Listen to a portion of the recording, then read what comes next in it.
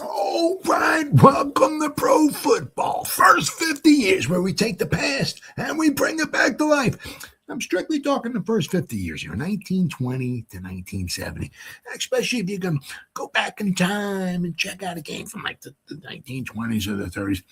I'm sure you can go online, find a box score, who won, who lost, who scored a touchdown, how far a field goal was that someone kicked, where the game was played at, what the attendance was. You might find starting lineups for each team, but exactly what happened during the game. Well, thanks to old newspaper articles, we get to take a little bit of a deeper dive into each and every game during the first 50 years of professional football.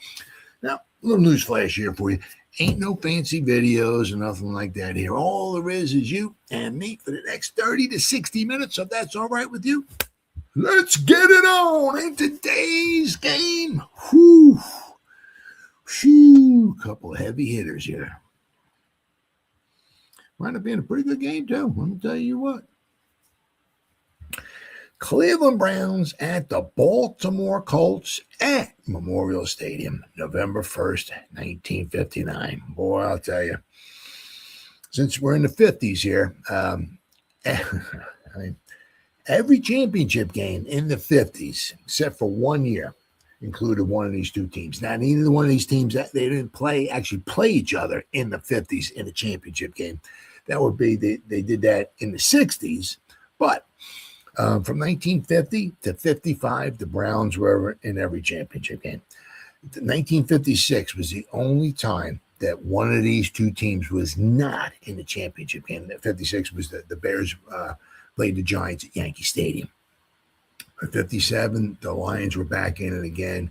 And then, of course, 58 and 59, the Colts beat the Giants both times. So, obviously, the Browns throughout the 50s were a fantastic team. The Colts, early 50s, mid 50s, not so much. But obviously, once we got going into the later 50s and into the 60s and even in very, very early 70s, the Colts were a force to reckon with. But this wound up being a really, really entertaining game, and it just goes to show you.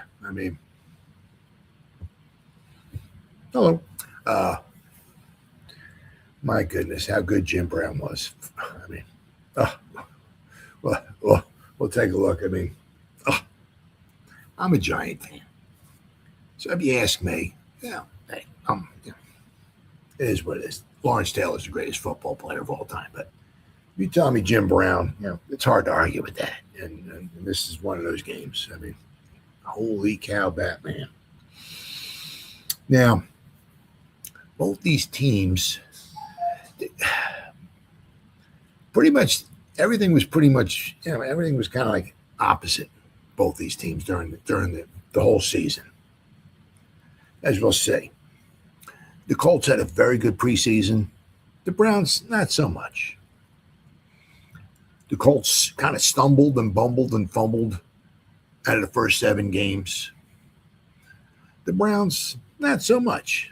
The Colts wound up winning their last 5 games to capture their division. The Browns, not so much. The Browns lost 3 out of their final 4 to fall out of the divisional race title, the running of the division. But so everything was pretty much backwards. So let's pop up the Browns first here. I believe we're yes, we do. Here we go. They say they did not have a super spectacular preseason, and in fact, also another thing here, the Browns played a lot of games. Both these teams played 6 preseason games. The Browns played a lot of games at the actual. There weren't many neutral sites. I think this was the only one here. The Rubber Bowl, Akron, Ohio. But anyway, but they actually played Cleveland. Actually played a game against Detroit in Ohio. So it was kind of, it wasn't in Cleveland Stadium, so you can call it kind of a neutral site. But for the most part, they played a game against the Pittsburgh Steelers at Forbes Field, which is the home of the Steelers. Then they played, there was the Rubber Bowl in Akron, Ohio, but then they played the 49ers at Cleveland Stadium, home of Cleveland. Oh, actually, no, this is wrong. I do apologize. Actually, there's two mistakes here. This game was played on a Tuesday right here. They have it as a Wednesday, so that's wrong. And then this game here was not played at Cleveland Stadium. This game here against the 49ers was played at Kezar Stadium, but that's the home of the 49ers. Then they played the Rams at Memorial Coliseum. Then they played the Lions at Briggs Stadium, home of the Lions. And then they played the Browns played the Bears at Cleveland Stadium, home of the Browns. So they only played like one game at like kind of like a neutral site, shall we say. But you'll see here they were 2-4. Not particularly phenomenal. It goes both ways. It's only exhibition. So if you don't win the games because you may be playing your rookies and stuff like that, yeah, it is what it is. But then again, you can also look at, hey, if you're playing the game, you want to win the game. But we'll see here. Right? I mean, they wound up losing the Browns 2 of the first 3, but then they wound up winning their next 5. So after 8 games, they were 6-2. They were tied with the Giants, top the Eastern Division, with 4 games to go. And they had a game against the Giants at Yankee Stadium as well, too, here on December 6th. But the Giants would win their final 4 games. The Browns would lose 3 of their final 4 games, and they would wind up tied in second place with the Eagles at 7-5. So they had a winning season. But when you're the Browns, second place, okay, but there was were 3 games out of first place. So to lose these 2 tough games by 1 point apiece was very, it was a tough one. Then they got blown out. Now I did not check, so I do apologize, but quite possibly this might be the worst defeat for Paul Brown as the head coach of the Cleveland Browns. I don't know what he did with the Bengals. I don't know, but this might be the worst defeat he's ever had. 41-point loss. Holy cow. So we go to the Colts here. Now, the Colts were kind of like the exact opposite here. Colts had a very good preseason. Matter of fact, they were straight up killing people in the beginning. They killed the College All-Stars 29-0. Then they blew out my Giants 28-3. So they won their first 4, and then they lost their last 2 preseason games. Now, I did not do a video on the Chicago Cardinal game, so I'm not exactly sure what happened in that one, although I will be doing one on that. But I do know in this Eagle game is that when they lost 35-13, that Lenny Moore, Raymond Berry, and Johnny Unitas did not play. So that really put a little damper on their the possibility of them scoring any points. So they pretty much had almost like a second string team in there. And they only scored 13 points. But, you can see right here, the first 4 games, they were really, really good. But also with them, unlike Cleveland, when they played a exhibition game, a lot of their games were actually at the home team stadium. Not so much here. They played a lot of neutral site games. They played the College All-Stars in Chicago, which was a common occurrence. Every year that happened. Wherever whoever the defending champions were, which were the Colts, played the College All-Stars, and it was always at Soldier Field. So, but then they played the Giants at the Cotton Bowl in Dallas, Texas.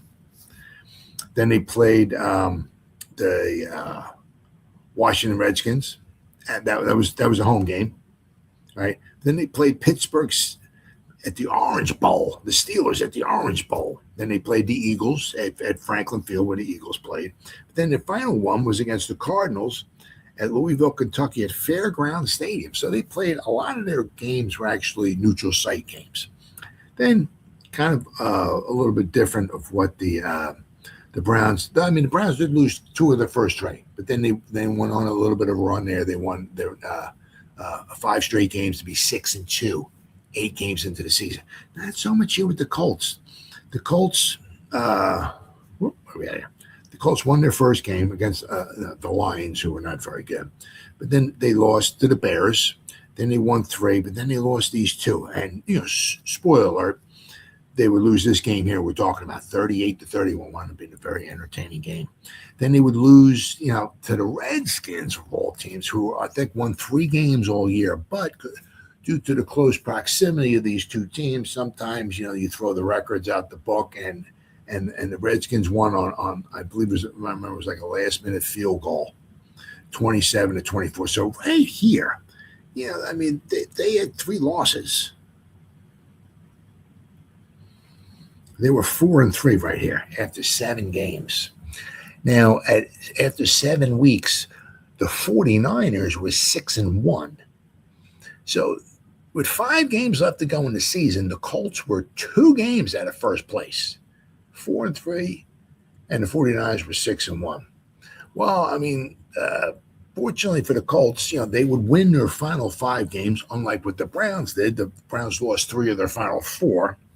Well, the Colts won their final 5, and the 49ers would lose 4 out of their final 5. So with 5 games to go in the season, the 49ers were 2 games up. Well, after the next 5 games, they weren't even in first place. They weren't even in second place. They were tied for 3rd place. They were 2 games out of first place. They finished 7-5, tied with the Green Bay Packers. So, things were kind of different. And, of course, then with the odd year, right, 59, 57, 55, was 59. So the odd year, the Western Division team hosted the championship game. Like the Giants in 58 hosted the championship game. It was played in Yankee Stadium. Well, the championship game was played in Memorial Stadium. And, of course, the Colts would put a little whooping up on the Giants, 31-16. Now, also the game the Giants were winning 9-7 going into the last quarter. Of course, the Colts ran off 24 straight points and to make it 31-9 at one point, and the Giants scored like about a minute or so left to go in the game. But by that time, the game was way out of hand. So this game here was played at good old Memorial Stadium, home of the Baltimore Colts, because it was the Baltimore Colts. I'm an old flying fart, so please forgive me. Indianapolis Colts. Sorry. Baltimore Colts. Much better. So let's see what Wikipedia has to say about Memorial Stadium.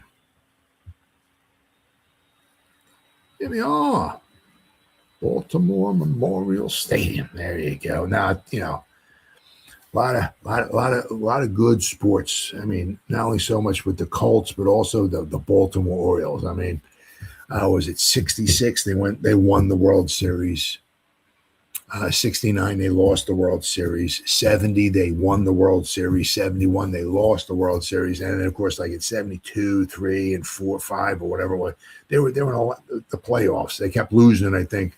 I know at least once they lost to the A's in the playoffs. They were a very, very good team. And then, of course, even in the toward the very late 70s, but into the early 80s, 83, they won the World Series. So, a lot of good sports were played at this stadium right here. A lot of good players from baseball and football. So this is, to me, this is, Camden Yards is absolutely beautiful, right? Where the Colts play at now. Please forgive me.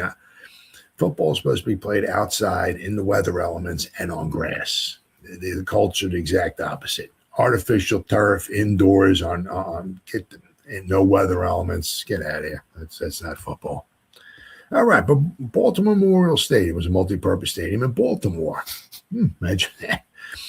It had formerly stood at 33rd Street on an oversized block officially called Venable Park, a former city park from the 20s. The site was bound by Ellerslie Avenue to the west, 36th Street to the north, and Edna Road to the east.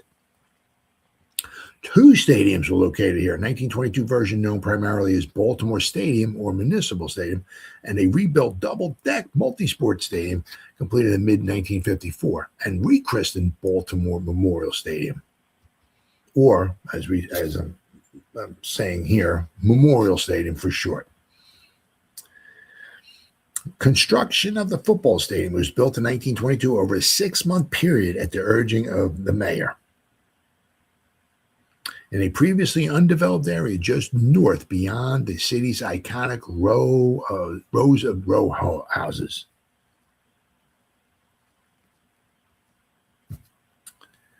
It was primarily a football stadium, a large horseshoe with an earthen mound exterior, and its open end with a large stone gateway of a Greek-Roman colonnade. All right. In its configuration, it seated anywhere from 70 to 80,000 people. In its early years, it hosted various public and private high school and college level games. Home games for the University of Maryland at College Park's Terrapin football and the United States Naval Academy midshipmen were sometimes held at the stadium, attracting a national audience and media coverage. Baseball park in July 1944. It was pressed into service as a baseball park by the Baltimore Orioles of the International League.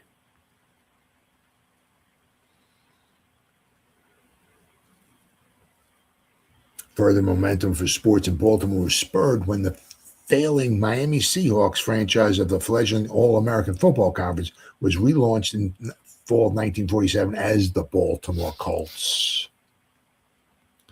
So the Miami Seahawks. And actually, the Miami Seahawks played the first game, I do believe, ever in All-American Football Conference history. They played the Cleveland Browns and got annihilated in that game. What we got here?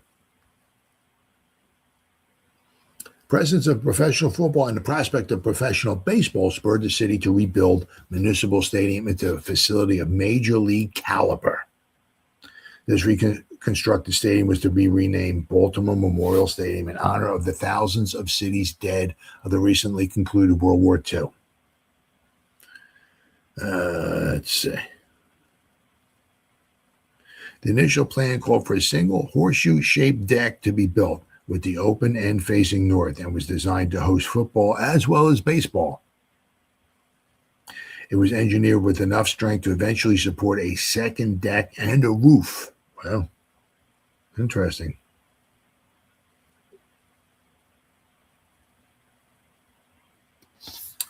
So it says down here, right?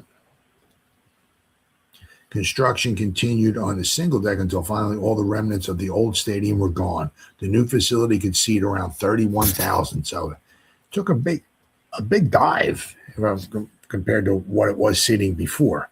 Then they put the second deck on there. The first Baltimore Colts franchise terminated operations for financial reasons at the end of the 50 season. Community support for a second NFL franchise remained strong. However, and late in 1952, a group of Baltimore businessmen pooled their resources in a bid to win a new league franchise.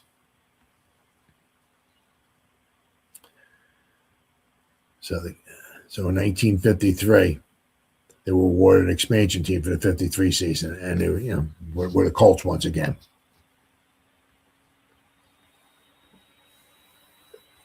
And of course, the Baltimore Orioles began to play in 1954 there. And then some expansion on the stadium in 54.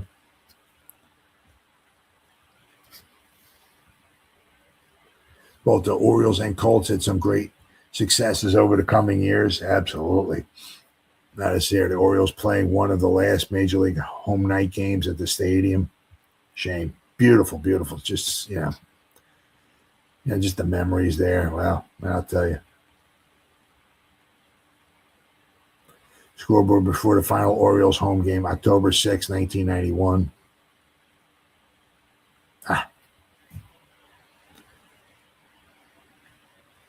Abandonment. So the dual-use stadium was not without its critics. However, traffic and a parking shortage made accessing the stadium difficult. Concrete poles blocked views, and unsheltered areas grew hot in the summer. Most of the seats were bench style, and few having chair backs, let alone more modern amenities. The Colts were the first to express deep dissatisfaction and to seek a new venue. In addition to suboptimal conditions at Memorial Stadium, capacity was a concern, with the Colts selling out every home game from the start of the 64 season to the end of 1970 and unable to meet demand for season tickets. So, You're leaving money on the table there. It's a shame, you know. Let's see.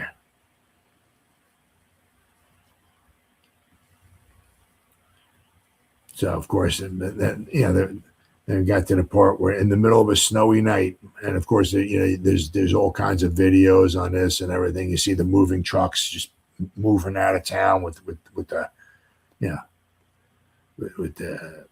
Baltimore Colts, they're everything for the franchise, moving them out pretty much like in the middle of the night in the snow. In the middle of a snowy night, March 29, 1984, under threat of a measure introduced into the state legislature to initiate condemnation proceedings for moving vans rolled in and the Colts rolled out for their new Indiana home. Shame. Absolute freaking shame. Loss of the Colts left the Orioles as Memorial Stadium's sole major league tenant and dramatically increased the level of urgency of the political establishment regarding necessary stadium upgrades. I mean, it's like, it's a shame. I mean, it's like you're selling out. The popularity's there. They want the team. There's enough fans there. Look at Baltimore. Look at the Ravens, right? I mean, and it's like, oh wow, there they go. Well, geez, well, I guess we just lost the Colts. Oh wow. I mean, really, stupid. Really, I mean, there's nothing you can have done. Really, unbelievable. Really, really is. All right. Demolition and redevelopment. Demolition of the stadium, summer 2001.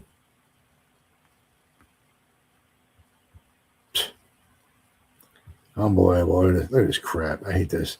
2007 seniors apartment complex. Unbelievable.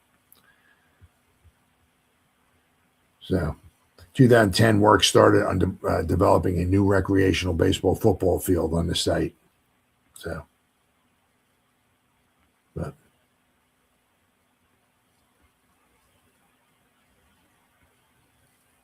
it's a fatal escalator accident. The airplane crash right after there was a playoff game. December 19, 1976, just minutes after the conclusion of an NFL playoff game, the Colts game against the Steelers. The Steelers, I think, just blew them out of the park. Airplane crashed, buzzed into the stadium, and then crashed into the upper deck, overlooked the south end zone. Thankfully, most of the fans had already left the stadium. So a lot of stuff went on there. It's a shame that they couldn't, Shame they couldn't keep it, but it is what it is. All right, so we got some pictures here. Got some pictures of good old Memorial Stadium.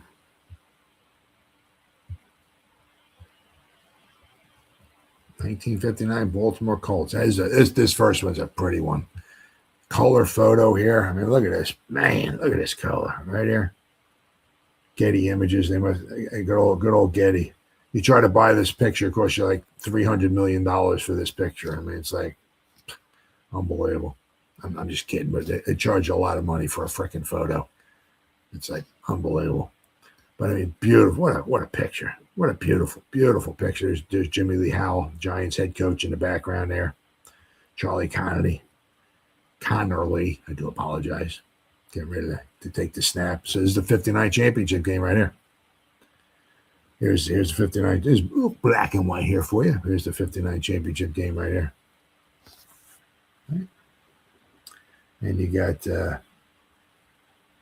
you're missing a couple players, but I mean, you got Hall of Famer here, Hall of Famer here, and a Hall of Famer right here.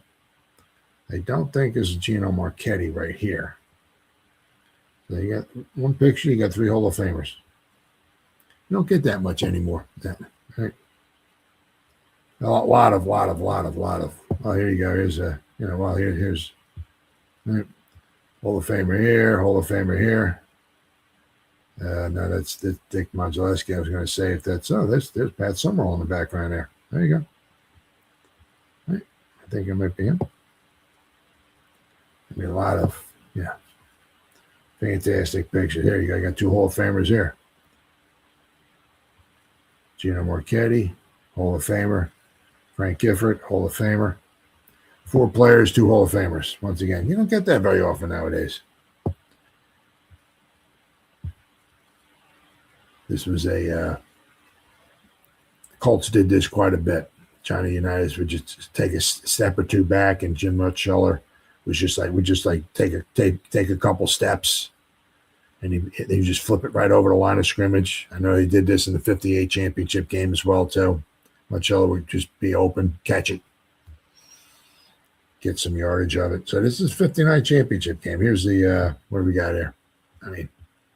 To me, this is nothing super spectacular. Well, apparently, for what this says here, this is the '59 championship game. So that I don't know exactly, but yeah, and a lot of times, boy, I'll tell you, here, this is after the '59 championship game.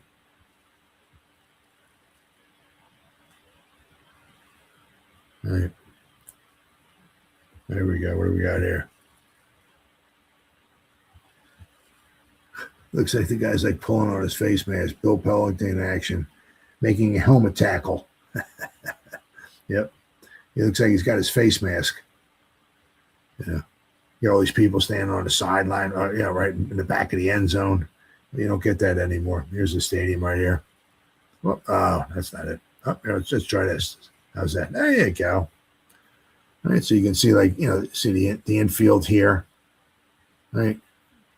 So, center field is straight away, right? At the end of this end zone, back of this end zone right here. So you can see multi-purpose, but, double decked around here. And then, a single decked here. And then out here, you got some stands here, but nothing back here. Is this the same as a color one? There you go. There you go, a little colorized action right there. Now, somewhere I said that after that playoff game, is that the picture? No, that's not it. They were so much weirder than you think. Oh, I don't know. They're showing a picture. I don't know. But somewhere in the upper deck, I think, is where the plane landed. Unbelievable. Could you imagine if that plane landed while the football game was going on? Wow. Unbelievable. There we go. Is that a football game? Yep, football game. But you can see it must be rather early in the season. Right, but you can see the popularity was there. Here's the 19th. Here you go. Is that a ticket?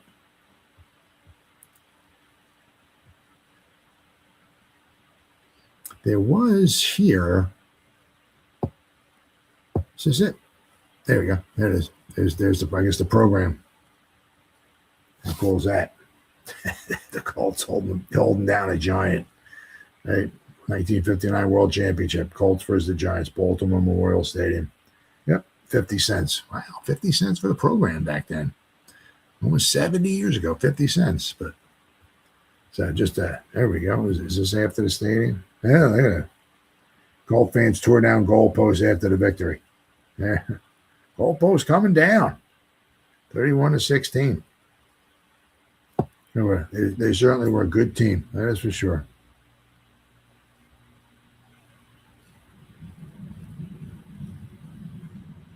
They certainly were a good team. That is for sure. I don't know what is it? Well, that's not the championship. This is not the. This might be the '58 championship game here. But all right. Well, we got a lot of coverage on this one here. So let's start off with here. What do we got? The Baltimore Sun, November 1st, 1959 edition of the Baltimore Sun. A lot of coverage on this game. Bum, bum, bum, bum. Actually, I guess we got 2 pages of coverage on this one here. On the Baltimore Sun. What do they got to say? Ooh. Colts seek revenge against the Cleveland Browns today. Okay. Let me refresh this here so it doesn't screw up on me here. We got anything here? That's a Notre Dame nips Navy. It looks like maybe that could be Notre Dame and Navy. Is that Notre Dame and Navy? Yep. Don White of Notre Dame gets off a pass. There you go. All right, anyway.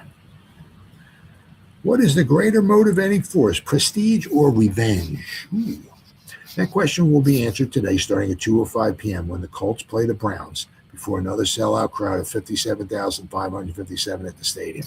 So that's a sellout crowd of 57,000. So, I mean, and they could hold even more than that. Why would you? Yeah, man, the fanfare is there, and you wind up letting the Colts just go. Unbelievable. The weatherman has predicted a clearing sky for the kickoff, but rain is forecast for the morning. A victory by the Browns over the 7-point favorite Colts, defending champs, would up Cleveland's prestige considerably and keep them in contention in the Eastern Division of the National Football League. And while a Colt victory would assure Baltimore of at least remaining in a tie for the Western Division lead with San Francisco, a defeat would not be a calamity. The Colts, sporting a 4-1 record, have been primed the past week on revenge. 6 of the Colts are cast-offs from the Browns, and Coach Weeb Eubank was once an assistant there. He might still be just an assistant coach if the Colt management hadn't lured him away, much to this disgust of Paul Brown, Brown's head man. The 6 Colts who weren't good enough for the Browns are Carl Tassif, Burt Rechichar, and Art Spinney, who came to Baltimore in the now famous 10-for-5 trade, and Bill Pellington, Art Donovan, and Sherman Plunkett. Pellington and Plunkett were cut from the Browns squad, while Donovan was sold down the river to the defunct Dallas Texans. And there was another Colt who, all right, so let's go to the next page of the November 1st, 1959 edition of the Baltimore Sun.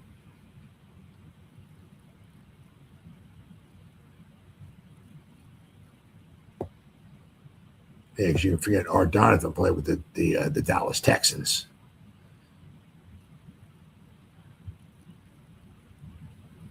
Let me refresh this here so it doesn't screw up. All right. And there was another Colt who might feel he was slighted by the Browns. That would be Johnny Unitas, whose aerial darts are expected to be the major part of the Colt offense. Unitas once sought a berth with the Browns, but was turned down. And you find it rather odd because right around the time he was looking, right, that was like at the end of Otto Graham's career. So probably the one Colt most anxious to have a great day is Alan Amici, the prideful fullback who would like to outdo the Browns' great fullback Jimmy Brown. Well, that wouldn't happen on this day. And it would surprise no one if the Colts turned the big boy loose like they did in the Colt formative years when he was 75% of the offense. With Amici raging for action and Unitas ready to open up the runs with passes, the top defense in the league may suffer a jolt. Cleveland has allowed only 48 points in 5 games while compiling a 3-2 record.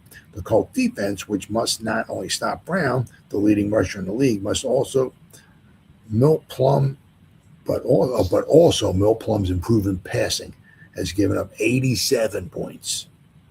But the Colt offense has scored 132 points, tied for high in that department with the 49ers, to only 98 points scored by the Browns. The Colts have been called an old team by Cleveland newspaper men, and Brown has tossed off the Baltimore offense as being our football, all of which has incited the Colts to a new high.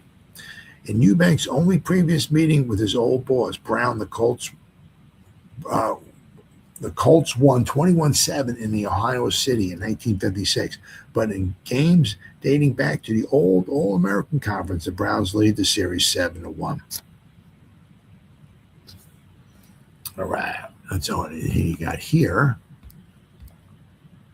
Colts-Browns lineup. Here's the offense, starting offense for both teams, starting defense for both teams. Now, you got Hall of Famer here, Hall of Famer here, Hall of Famer here, Hall of Famer here, Hall of Famer here. Chuck Noll plays in this game. He's not a Hall of Famer for his playing, but he plays on the offensive line. And he's going to be playing in this game here. So he's a Hall of Famer. So basically, he's going to be there's a picture I'm going to possibly show you. So you got Lou Groza, Hall of Famer. That's one. Chuck Noll, Hall of Famer on offense. That's 2. Gene Hickerson, Hall of Famer, that's 3. Mike McCormick, Hall of Famer, that's 4. Bobby Mitchell, Hall of Famer, that's 5. Jim Brown, Hall of Famer, that's 6 Hall of Famers on their offense. Not so much on their defense, but 6 on their offense. Then you got Jim Parker. And, of course, you got Johnny Unitas, you got Lenny Moore, and you got Raymond Berry. So on offense, the Browns have 6 that would be playing in this game, and the Colts have 4. So you got 10 Hall of Famers on the offensive side on these two teams. Both coaches are in the Hall of Fame. Wow, unbelievable. There's the defense. There's the substitutions. Here's Chuck Noll. Now he will be in a guard in this game here. And there's Willie Davis, who will go on to play with the Packers, win all his championships with the Packers. So he's a Hall of Famer too. So my goodness, holy cow, Batman! Both coaches, I said, Hall of Fame. I mean, you got Gino Marchetti, Art Donovan in the Hall of Fame. I mean, my goodness. Whew.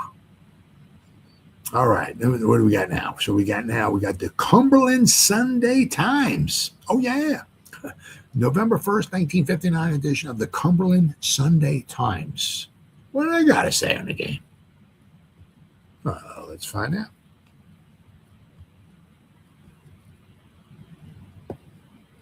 There we go. Colts 7.5-point favorites over the Browns. You know what? Take the Browns. Oh, wait. Let me do this just in case it doesn't screw up. All right. Cleveland is playing in Baltimore for the first time since 1950. The Colts, the Giants, and the 49ers are stout favorites to hold their first-place berths in the National Football League Sunday by winning home games. Baltimore, tied with the 49ers for the Western Division lead at 4-1. It's a 7.5-point choice to whip the Browns, who are 3-2, in the day's key game. San Francisco is a 7-point pick to down the Lions, which they do. New York, a game ahead of the second-place Browns and Eagles in the Eastern race. They're favored over the Green Bay Packers, and the Giants would win that game by 6.5 points. The Eagles, also at home, are 8-point picks to defeat the crippled Washington Redskins. The Rams are 2 and 3, picked over the Bears by 7. All right, back to the Colts and the Browns. The Colts and Browns clash will affect both divisions and has more angles than a guy selling fake gold mines.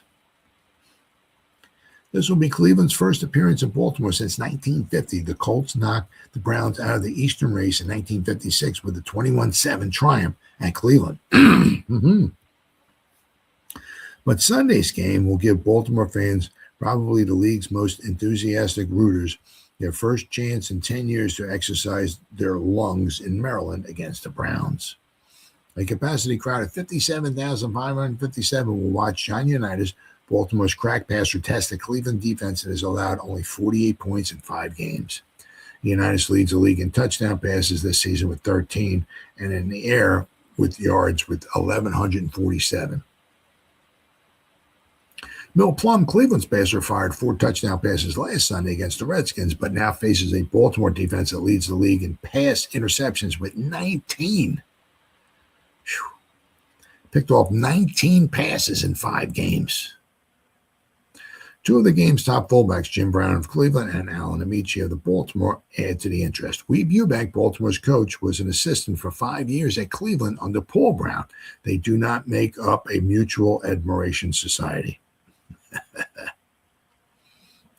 The clash of coaches also will add interest for more than 60,000 fans expected to watch the Giants and the Packers out. That's because Vince Lombardi takes his Green Bay Packers to play the Giants. The Giants would win that one, and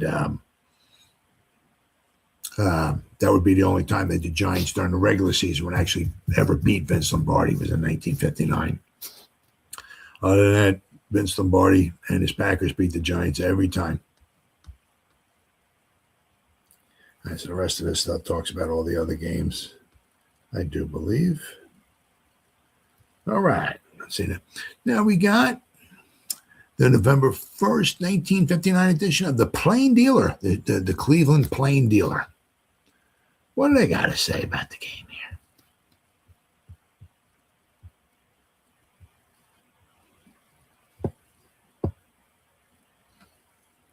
All right, we got 2 pages on this one, too. A lot of coverage on this game. A lot of coverage. Colts favored by a touchdown. The Browns are 7.5-point underdogs this afternoon as they face the Colts for the first time since 1950. Sellout crowd. Fans will jam Memorial Stadium to see what promises to be a rugged National Football League game plus extras. Ooh. The contest pits the world champion Colts, who have won 4 or 5 games this season, against the one-time all-conquering Browns. Cleveland ain't what it used to be, but has a directing strategy from the sidelines. Oh, but once, yes, this happens quite often. But what it used to be has I have no idea what the heck this means. That kind of like cuts things off. Directing strategy from the sidelines will be Paul Brown and Weeb Eubank in a teacher-pupil drama. Weeb, who went to Baltimore in 1954, is a former assistant to Brown. Oh. Cleveland ain't what it used to be, but has a solid team and hopes for an Eastern Division title or crown. One side attraction is Jim Brown, the league's top ground gainer and record holder, running into the oversized Baltimore line, which averages 6'4" and 263 pounds. Johnny Unitas, the Colts' fine quarterback, believed by many to rate with the all-time top passers, will be testing a Browns defense which has given up only 48 points, fewer than any team in the league. All right, so let's go to the next page here of the Plain Dealer. The next page of the November 1st, 1959 edition of the Cleveland Plain Dealer.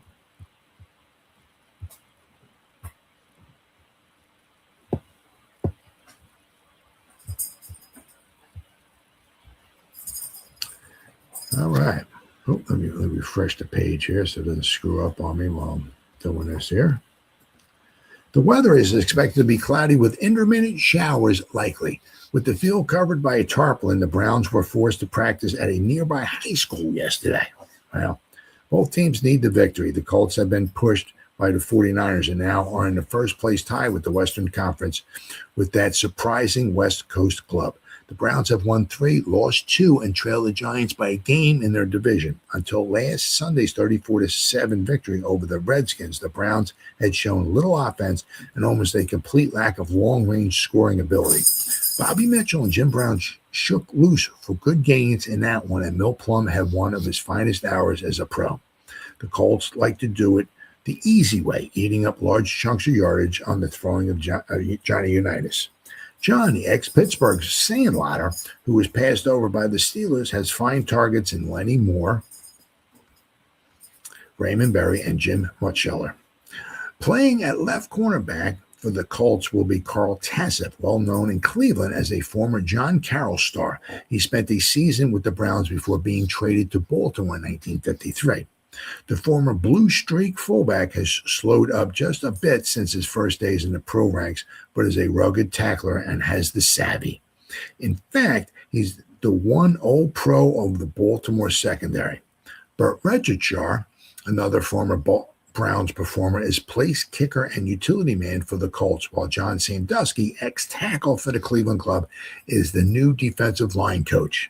Don McCaffrey, end coach and scout, is an ex-Kent State aide, while Charlie Winter, the defensive backfield tutor, assisted at Case Tech. Never heard of that before. So we got, let's go. So we got the Browns next Sunday. All right, there you go. There's a Brownie right there. There he is running with the football. They're going to be playing the Eagles. So if you want tickets, there they are. They're on sale at Richmond's Burroughs Stadium. All right, the Colts have scored 132 points to tie the 49ers for the top spot, while the Browns have accumulated only 98. Cleveland, though, however, has given up only 48 points as compared to 87 scored, given up by the Colts on their defensive side. That's it. Nope. Baltimore is in better shape than a week back. Big Don Joyce is back on the defensive line after the 2-game absence. Alex Hawkins is expected to start at left halfback in the vacancy caused by LG Dupree, blood clot of the leg. Dupree is out for the season. Wow. All right, and we got here. Okay, so let's let the games begin, shall we? So we got November 2nd, 1959 edition of the Plain Dealer, the Cleveland Plain Dealer. Same newspaper, just a different date. Then we're going to start talking about what happened in the game. What a concept, huh? Imagine that. All right, here we go. We got 2 pages here. So let's start with this one right here. There he is, the man, the myth, the legend. Oh, let me what's going on, buddy? Good boy, Randy. What's up, pal? Jim Brown's 5 TDs, Jordan Colts 38-31. Holy cow. My God. Is he freaking awesome or what? Jim Brown scoots past the Colts, Ray Brown on a 70-yard TD run in the first period. And just unfreaking believable. Unfreaking believable. Fullback goes 70, plum hits on 14 passes. Paced by Jim Brown's tremendous running, the Browns upset the favorite Colts 38-31 in a pressure-packed football game yesterday at Memorial Stadium. The 230-pound fullback scored all 5 Cleveland touchdowns. Oh, my God. With an exhibition of power and speed that had the capacity crowd of 57,557, customarily vociferous fans, almost quiet with amazement at times. Big Jim, who wore just a tiny scratch at the side of his nose as a victory bandage after the bruising battle, swept 80 yards for the first Cleveland touchdown. Taking a pitch out from Milt Plum, who also played one of his finest games, Brown swiveled by several grabbing linemen. He ran over Ray Brown of the Colts secondary at the Baltimore 40 and then jogged the last 10 yards as roommate Bobby Mitchell put a block on Milt Davis. Brown's other touchdowns were runs of 17 yards, a plunge of 3, and 2 smashes from the 1. I guess this is one of my most satisfying days, Jim said in the dressing room. There's nothing like beating the champs. I do my best all the time, but I just may have been hitting with a little something extra out there today. Brown carried the ball 32 times for 178 yards. An average of 5.6 yards per carry. But, I mean, you also look at it, too, though. Oh, hold on, buddy. I got you. There you go. If you take away that one 70-yard run, you can't. But so he had 108 yards on 31 carries. So he averaged like 3.5 yards a carry on his 31 attempts. But still, 178 yards. But, I mean, that's the thing with Jim Brown. You give him enough chances and, he's going to break one of them. And he is now 737 yards for the season. So halfway through the season, he has 737 yards rushing. Wow. And he has a big lead over his nearest competitors in the National Football League ground gaining race. Browns stay in tie for second. The victory kept the Browns in second place tie in an Eastern Division of the National Football League with the high-flying Philadelphia Eagles, who invade Cleveland Stadium next Sunday. The Browns never were headed in this biggest triumph of the season, but the tension wasn't off until the final minutes. Jim Brown crashed over for his last touchdown with 1:32 remaining. That gave the Browns a 14-point lead and put the game out of reach of the Colts and the brilliant passer Johnny Unitas. Colts quarterback lost out to the Browns running, but put on a great passing show of his own. The former University of Louisville passer hit on 23 of 41 attempts for 397 yards. He threw for all 4 Baltimore touchdowns.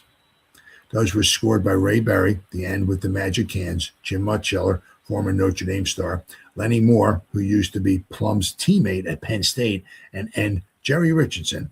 All the touchdown passes were the short yardage variety. The Browns' defense got very tough when backed into its own territory. Moore scored the first touchdown on a 6-yard toss into the end zone in the second quarter.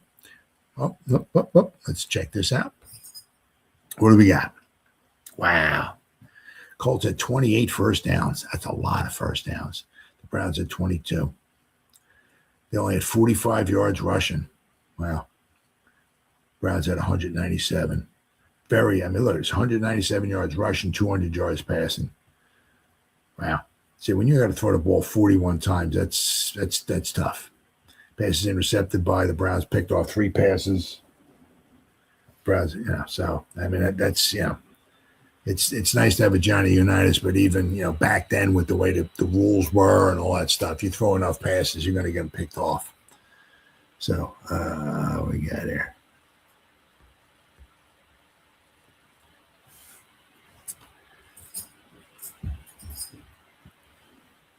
Muchello scored the last one, and the Colts were helped to it by an unusual chain of events. It included 2 pass interference calls and 2 roughing penalties. Wow. Jim dropped one end zone pass by Unitas, but Jim dropped one end zone pass, but Unitas with the ball on the Cleveland 5 hit him again on the next play for the score.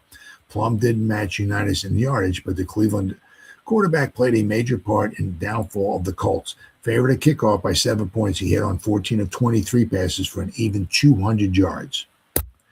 That was a better percentage than Unitas had, and the Cleveland thrower made the big third down plays in an offensive battle so wide open that there was but one punt in the whole game. Wow. Junior Wren was the booter for the Browns, and the kick didn't come until early in the 4th quarter. Wow. So the first 3 quarters, it wasn't even a punt. Wow. Junior, all right, let's go to the next page of the Plain Dealer, the Monday, November 2nd, 1959 edition of the Plain Dealer. Bum, bum, bum, bum, bum, bum, bum.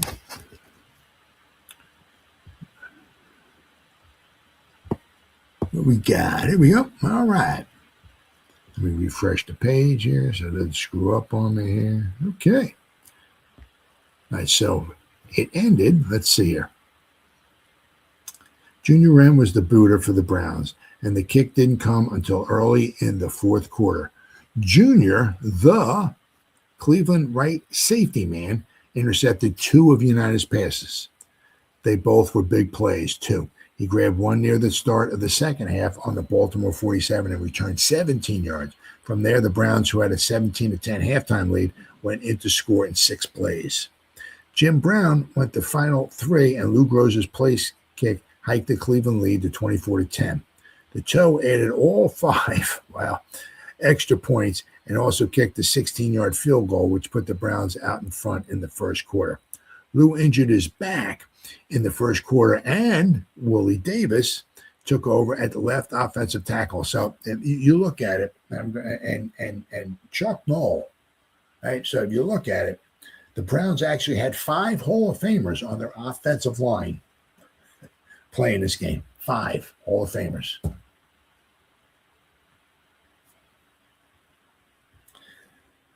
The sophomore from Grambling College, of course, now Willie Davis that didn't make his his hay or whatever you want to call it on the offensive line. He made it as a defensive end.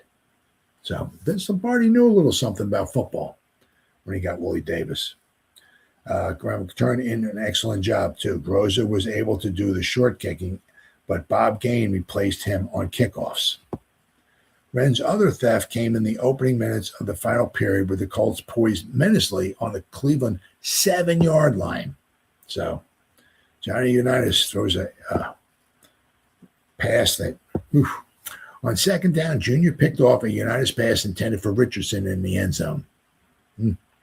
After Groza had drawn first blood in the seesaw battle, which almost erupted into a slugging match on 2 occasions in the waning minutes, Steve Myra retaliated with a field goal of 23 yards for Coach Eubank's team. That ended the first quarter scoring, although the Colts missed a golden opportunity. Carl Tassif, former John Carroll star, grabbed a plum pass and returned 37 yards down to the Cleveland 16. The Colts were halted there, and Myra's bid for another 3-pointer from 23 yards out was wide. So he missed a 23-yard field goal. Wow. It was the third play of the second quarter that Jim Brown found running room down the sideline for a 70-yard burst. That was a 3rd and 10 situation with the Colts apparently expecting a pass. So it was 3rd down and 10. Let's give the ball to Jim Brown. Right? Big Jim poured on the call until the final block by Mitchell assured the 6 points. It was Brown's longest run of the season. After the next kickoff, the Colts came right back with the equalizer. The United completed 4 passes, the big one to Mutchiller for a 40-yard gain. His touchdown toss of 4 yards to Moore came on 4th down. United seemed to be hemmed in, but somehow got off a little sidearm toss to Lenny. Taking advantage of a short kickoff by Myra, the Browns came right back. Chuck Noll, the Cleveland, he caught this kickoff. Chuck Noll, the Cleveland lineman's handyman, who used to be a fullback. Wow. Oh, at Benedictine, returned the boot 20 yards to the Cleveland 36. Plum passed to Ray Renfro for 13 yards, and the Colts roughed Milt on the play, so the Browns had a first down on the Baltimore 32. Mitchell picked up 15 on the halfback draw, and Jim Brown found daylight for his 17-yard touchdown run. That made it 17-10 in the Browns' favor after Grozer's kick, and Cleveland team was in front to stay. Before the end of the half, Myra saw a field goal try from the Cleveland 29 partially blocked. Later in that second quarter, the Colts moved to a 4th down and 10 to go situation on the Cleveland 16. Unitas aimed his aerial at Moore, but Bernie Parrish, rookie from Florida, intercepted on the Browns 4 and returned it to the 10. Cleveland had the football at a 17-10 margin at the intermission. So Unitas threw 2 interceptions way down deep, cost them some points. The bulge was high to 24-10 early in the third period when the Browns capitalized on Wren's interception. Then the ever-dangerous Colts got a quick touchdown with a pass from Unitas to Moore, eating up 71 yards. The quarterback had hit Lenny on the sidelines for a 10-yard gain. Moore seemed to be hemmed in by Parrish, but somehow he jerked free for the long run to the Cleveland 10. After a 2-yard pickup by Mike Sommer, Unitas tossed to Richardson for the touchdown. Browns came right back with an 80-yard margin, 12 plays for the 31-17 three-quarter pole margin. That probably was the real Colt killer, but the 1958 world champions kept the tension up in the fourth quarter. With 6 minutes gone in the period, the Unitas DeBerry touchdown pass left them only 7 points behind. Once again, the Browns came right back with a 74-yard touchdown push, and when Jim Brown hurled over from the 1 on 3rd down, the Cleveland upset was assured. It was a big one indeed, and somewhat reminiscent of that 35-10 victory over the Eagles in the club's first National Football League start ever in the NFL in 1950. Certainly, it was the most satisfying victory in several seasons. And we got over here.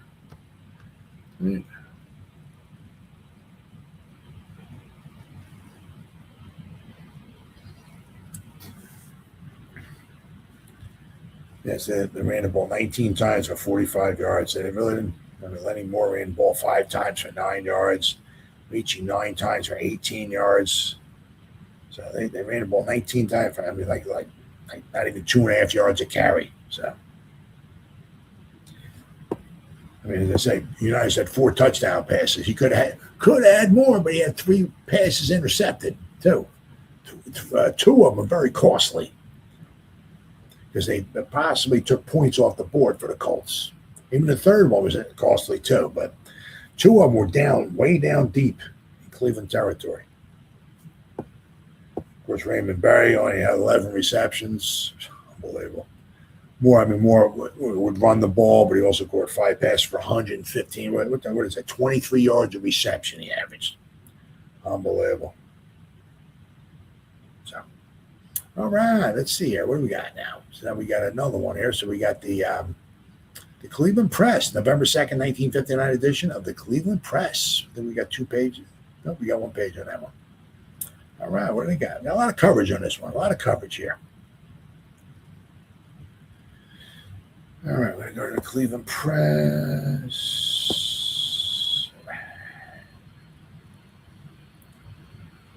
Gelling Browns are on the verge of greatness. Oh, really? End of a perfect day. 5th and final touchdown scored by Jim Brown. There he goes. Lunging over to the line of scrimmage. Everybody's on the ground, so it wasn't too hard for him to go flying over.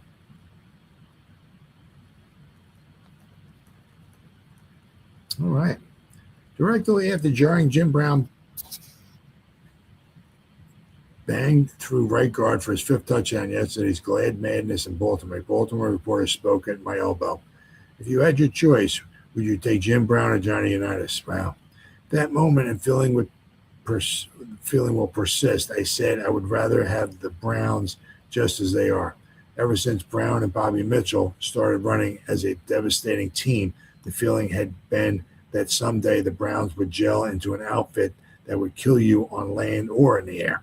In the victory of Baltimore, this finally happened. And if the Browns are not now on the verge of becoming a great football team, then the 38-31 triumph over the champions was an illusion. It is significant that the joyous Browns handed over the game ball to Mil Plum after they trooped into their dressing room. Jarring Jim had been the big show all day. No doubt about that, but Plum had supplied the things necessary to make a perfect football blend. This was the day when the determined quarterback finally hit with clutch pass after clutch pass, 8 of them in third down situations. Wow, that's huge. And if he wasn't as flashy as Unitas, that didn't matter. He got the job done in his greatest hour as a professional football player. There will be days again when he will not get it done as well.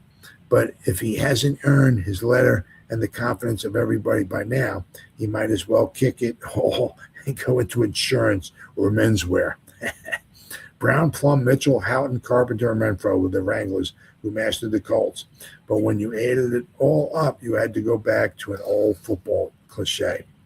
It was a team effort, no doubt about that, right down to the second last play when Ed Modzelewski grabbed an onside kickoff and fell outside to protect ownership with seconds left. The Browns' offensive line moved the 4 tons of fun. That's the Colts' defensive line. The supposedly rough and tough Colt wall all over the landscape. The defensive line put more pressure on Unitas than was exerted on Plum and reduced the Baltimore ground game to sheer futility. As a single and outstanding example of team effort, the coaches were still chuckling on the homeward-bound plane over a block thrown by Mitchell during Brown's 70-yard touchdown lope in the second quarter. There was a fake to Mitchell, said Coach Fritz Heisler. But Bobby didn't stop after completing the fake. He raced out ahead of Brown and was able to move Davis out of the play.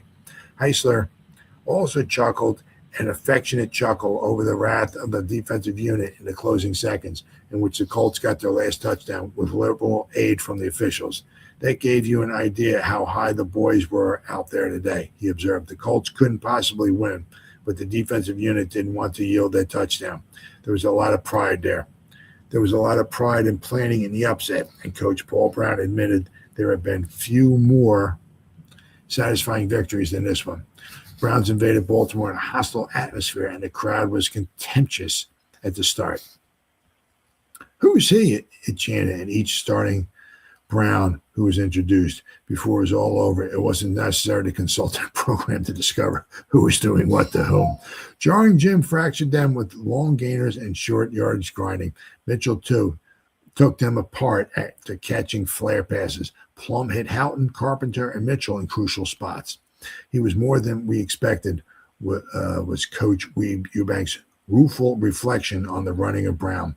We didn't win because we didn't stop anybody, especially Brown.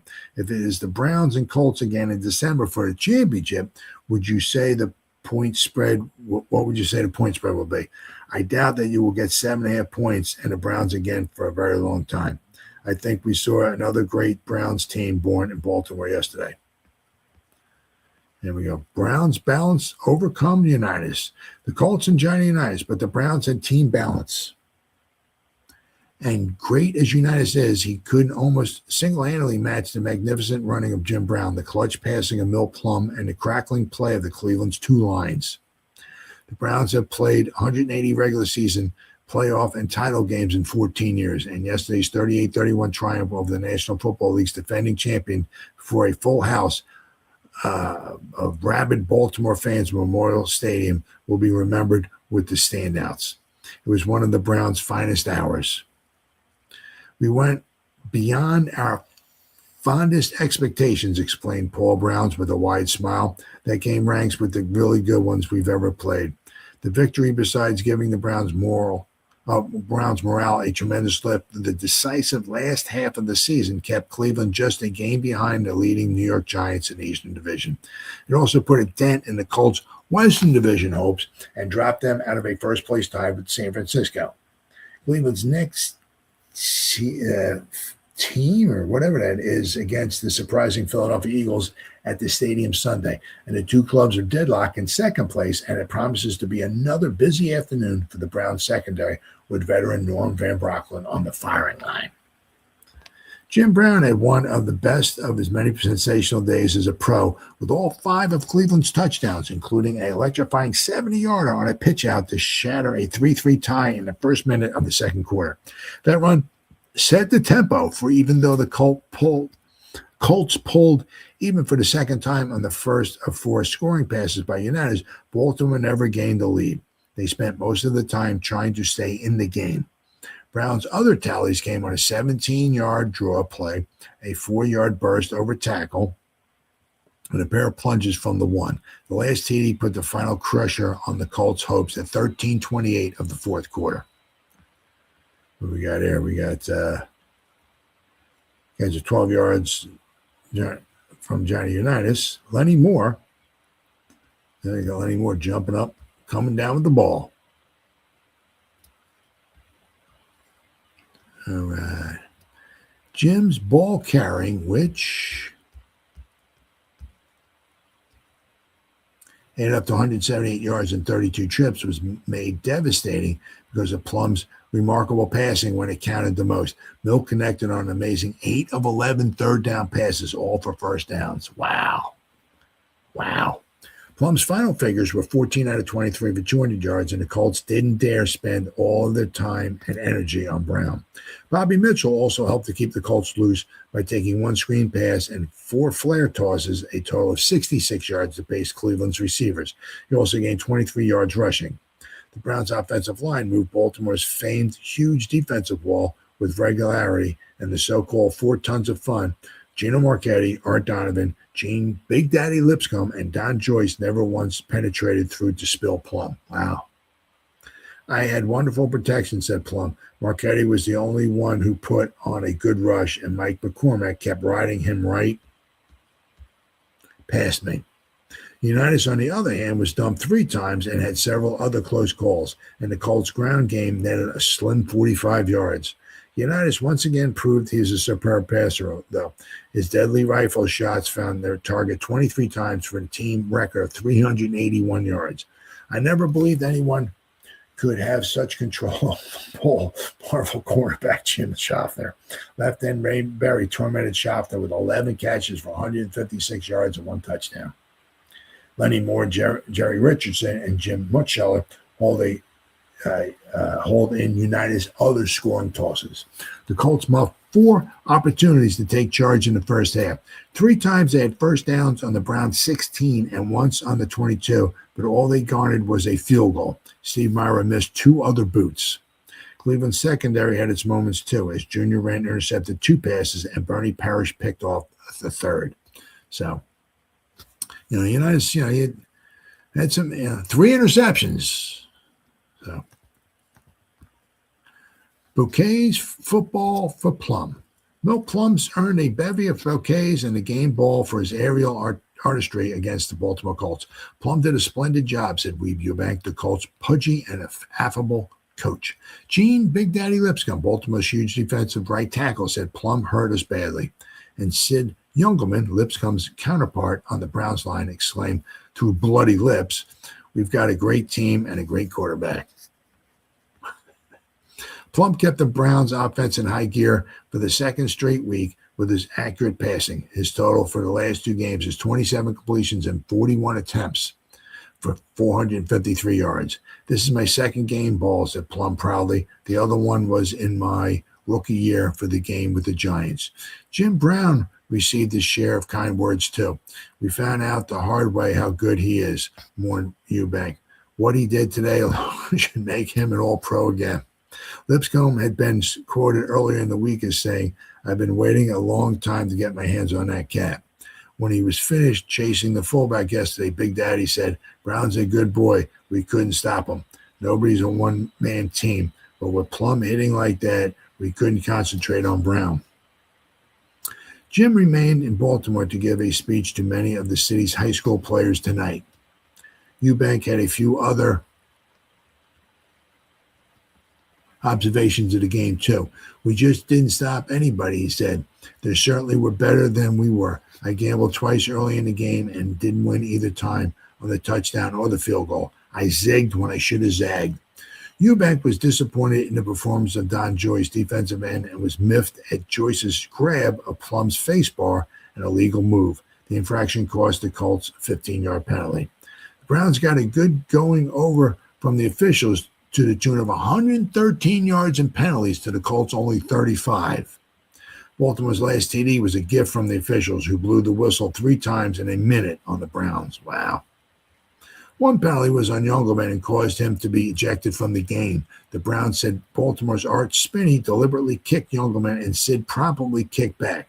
The officials caught Sid. Paul Wiggin was so incensed at the call that one of the officials promised he'd be fined for his protest.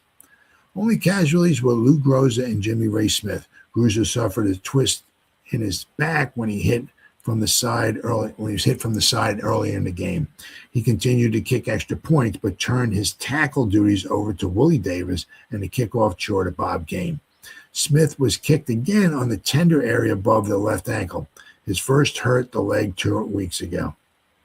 The feud Baltimore writers attempted all week long to bring to a boil yesterday was chilled by Eubank and Paul Brown in a pregame meeting on the gridiron. The coaches shook hands, caught up on the news concerning each other's family, and then walked downfield to complete a 20-minute chat. Come over here. I'll show you where the bad spots on the field usually are, said Eubank. Wow, that was nice of him. And here's the play of the game right here, right? Play of the day. Well, 70-yard run for Jim Brown. Now you'll see right here, right? So,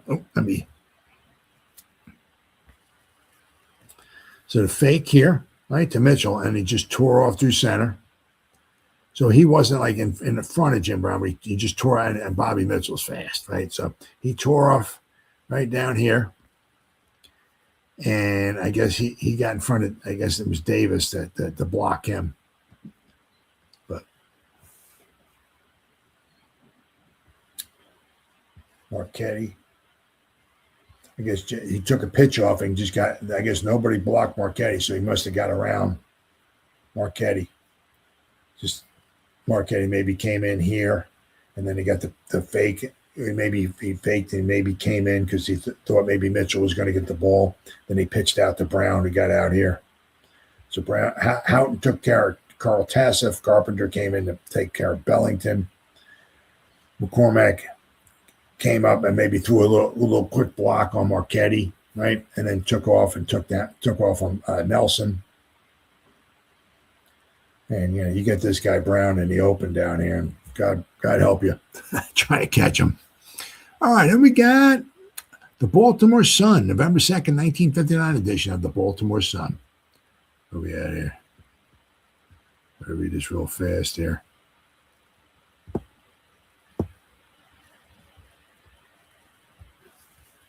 Browns top Colts 38-31 as Brown scores 5 touchdowns. And here's Jim Brown there, flying over the line of scrimmage into the end zone. And now he completes 23 of 41 for 397 yards and 4 touchdowns. Distance sets club mark but rushing fails. Cleveland intercepts 3 tosses. Plum throws key aerials. Johnny Unitas passing couldn't match Jim Brown's running, so the Cleveland Browns handed the Colts their second loss of the season, 38-31, before another sellout crowd. By winning, the Browns stayed close to the Eastern Division leaders, the Giants, with a 4-2 record, the same as the Colts have won in the Western Division. The Colts' loss dropped them from a tie for the lead with the 49ers, which beat Detroit 33-7. The big Syracuse back came into Baltimore with a reputation of being a one-man gang, but the Colts had their 6 tons of fun to stop him, or at least everyone thought so. What he did while scoring all 5 Browns touchdowns wasn't a bit funny, and his personal gain of 178 yards and 32 carries more than offset United's remarkable performance of 23 completions and 41 attempts for a whopping 397 yards and 4 touchdowns. Jim Brown must be one of the greatest, if not the greatest back to ever grace a football field. He is a Sherman tank with the getaway of a hot rod, best illustrated by a 70-yard gallop for a touchdown in the second period. And to make matters worse, Cleveland, when the occasion arose, stuck in a thumb and came out with a plum, Milt Plum, who shook up the already rattled Colt defense with short but precise aerials. This combination, plus a rugged Brown defense, which intercepted 3 United passes to halt excellent Colt scoring chances, was just too much for a Baltimore team that lacked even the semblance of a running attack. The Colt rushers carried only 19 times for a paltry 45 yards. So United had to pass against a team that expected just that. There was no trickery or finesse to the Colt attack. It was mostly United's to Raymond Berry, who caught 11 aerials for 156 yards, and less frequently to Lenny Moore, Jerry Richardson, and Jim Mutchella. All 4 of those players scored, though. Beside Brown point production, Lou Groza's Cleveland's toe weighed in with a 16-yard field goal and 5 extra point conversions. Steve Myra matched Groza's first period field goal with a 23-yarder in the same quarter and converted after the 4 Colt touchdowns. But Myra also missed field goals from the 23 and 27-yard lines.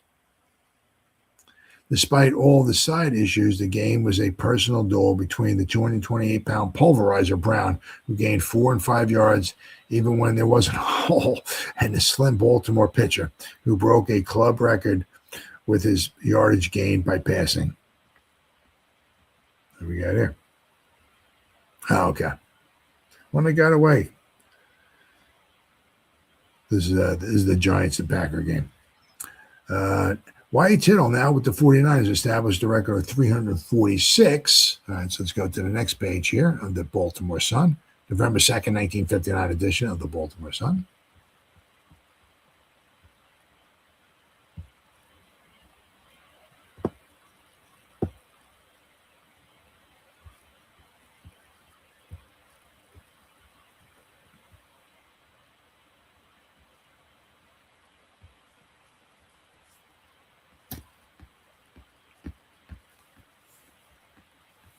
Here we are. All right. I got this here on. Wyatt Tittle now with the 49ers established the record of 346 yards while quarterbacking the Colts in the old All-American Football Conference game with the New York Yankees in 1948. Both teams scored in every period, with the first being the only non-touchdown quarter as the combatants traded field goals. It was here that the strategy was laid for the rest of the game when Carl Tassif intercepted a plump pass and returned it to the Browns 16.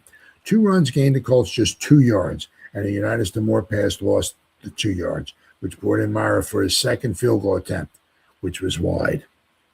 Then Brown sped 70 yards for the first touchdown in 59 seconds of the second period, which pointed up Baltimore's poor tackling. On the run, Brown just brushed through the arms of Colts safetyman Ray Brown, and without any dipper, barreled down the sidelines and score. He got some help from a good block by Mike McCormick at the outset, and Bobby Mitchell delaying block on Milt Davis. But the later action wasn't necessary. It just prevented Davis from committing suicide. That's how fast Brown was going.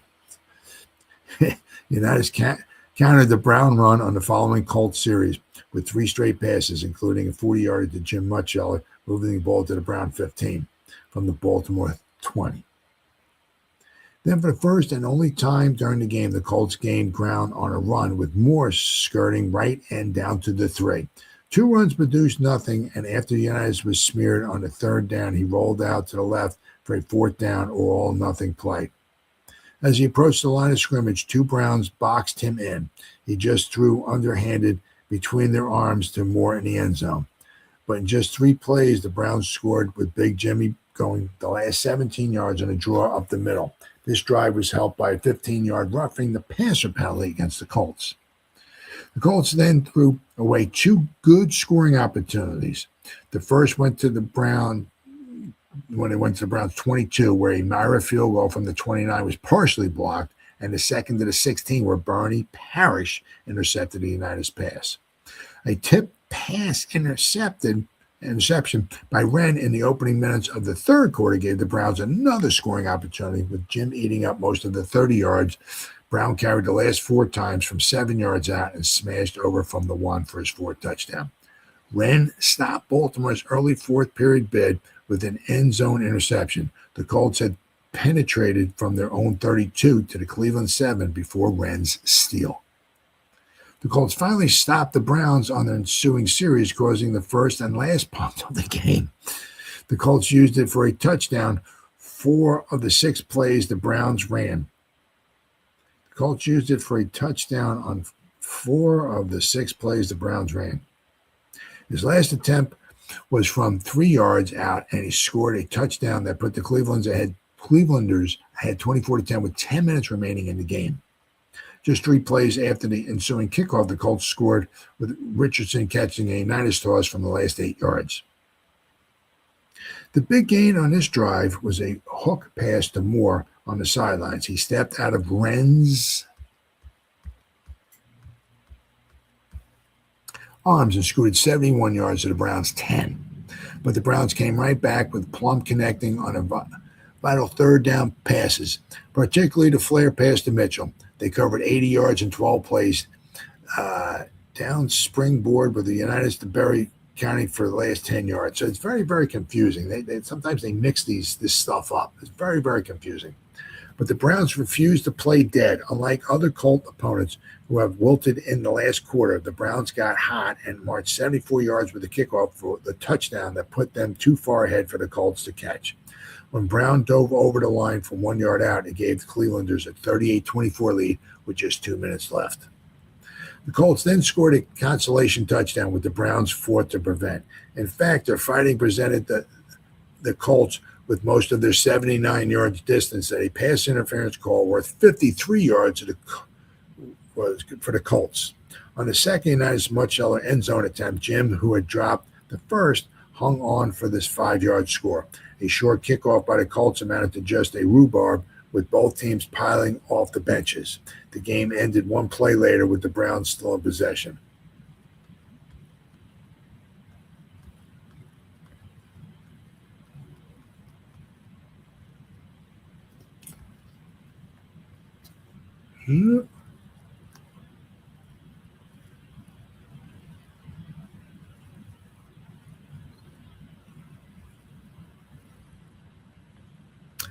Got this just right here. The ending to yesterday's game was wild. The Colts were about to score their final touchdown. A pass to Jim Mutcheller was ruled incomplete in the end zone. When the official ruled, Mutcheller caught it on the bounce. Fans near the end zone said the ball bounced off Mutcheller's knee, not off the ground. The Colts scored on the next play on a United's Mutcheller pass anyway. On the kickoff, with 8 seconds remaining, the Colts kicked off to Brown. He was tackled just in front of the Brown bench, and a fight started, bringing the entire Colt team onto the field. Then the fans got into the act, breaking through police lines to swarm into the pile of players. Finally, the field was cleared for the last play, which consisted of Mill Plum falling on the ground. On Brown's 70-yard touchdown run, John Sandusky, coach of the Colt defensive line, says, "Somebody got knocked down. There was no other explanation. Someone admired Brown's second effort, and somebody else admired the first effort. Art Donovan, Colt defensive tackle, though Brown didn't hit in the line as hard as some other players, but it's hard to knock him down. He's got great balance. If you don't meet him solid, he'll just bounce off or spin away."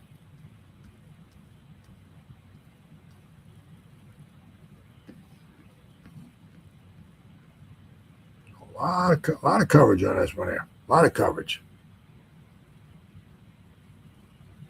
A lot of coverage. Oh, and here I got one more here for you. I got some pictures here. Maybe this is the one that shows. What we at here? Baltimore Sun. Okay, no, the November 2nd, 1959 edition of the Baltimore Sun.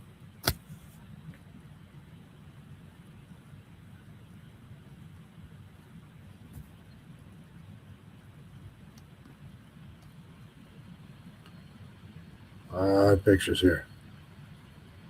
You can read those if you want.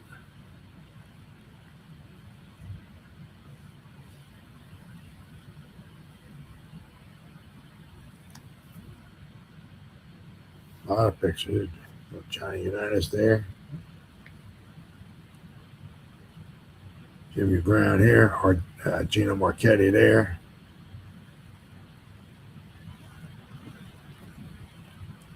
And then there is, I do know, let me see one more thing here. Where we at here? There we go. I know Chuck Noll was somewhere. Where's his picture at? Here he is. Here he is. This is from the Cleveland Daily News, the News Daily, whatever. November 2nd, 1959 edition. Hey, leave my head. Browns guard Chuck Noll, right here. Oh, where are we at here? Right here. Right. Knows what it feels like to be the ball carrier. Above, he has his head twisted sideways by Baltimore Colts back Johnny Sample, who was a star in Super Bowl III when he played for the Jets against the Colts, as he returns a short kickoff to his own 36-yard line in the second quarter at Baltimore yesterday. Colt end Odell Brazy. He's not number 8, number 81. Assists with the tackle. Noll resumed his line duties, but the Browns won 38-31. So Chuck Noll, I guess, went into a line, into the play of the line. So I mean, Chuck Noll, Willie Davis, Lou Groza, that 5 Hall of Famers on the offensive line. McCormack, I mean, yeah, unbelievable. In this one particular game here. Oh.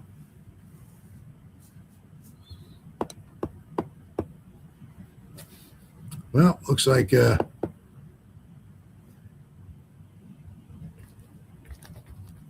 my thing got frozen here. Man, that's crazy. My arrow. So it looks like I'm just going to have to end this early. I do apologize. I never had this happen before. My arrow, I can't even move the thing. Up. There we go. Okay, looks like I stopped sharing. I couldn't stop sharing the screen. That was crazy. I said, but the Browns. I mean, so you figure if Noll went in and played on the offensive line, said they had Willie Davis, Gene Hickerson, Lou Groza, Mike McCormack. So Noll, Davis, McCormack, Hickerson, and Groza. 5 Hall of Famers on the offensive line in one game. Absolutely just phenomenal. But, just any given Sunday, I mean, the Browns, played a phenomenal game. I mean, it's very difficult. You pay so much attention to their running game that it's got to help, Mill Plum with his passing. I said, just one of those things, just one of those, the Colts couldn't run. It was all dependent upon Johnny Unitas throwing the ball. When you throw the ball, especially back then, even Johnny Unitas, you throw the ball over 40 times in a game, he's going to throw some interceptions. And, of course, his interceptions he did throw, they missed a couple field goals, and they were down deep a couple times, and Unitas misfired a couple times. And, it worked out to the benefit of the Browns. But in the long run, at the end of the season, it wouldn't matter, as I said, because the Browns lost 3 of their final 4 games, and they fell out of contention for the Eastern Division. And with 5 games left to go, the Colts were 2 games out of first place. They would win their final 5 games. The 49ers would fall apart. 49ers would lose 4 of their final 5 games. The Colts would wind up with a record of 9-3. 1 game ahead of the Chicago Bears, and of course, the Colts would host the 1959 championship game where they would beat the New York Giants by a score of 31-16. So that's the way it was on this date, November 1st, 1959, as the Cleveland Browns took on the Baltimore Colts, not the Indianapolis Colts, the Baltimore Colts at Memorial Stadium in pro football. First 50 years. Thanks for watching. I'll see you next time.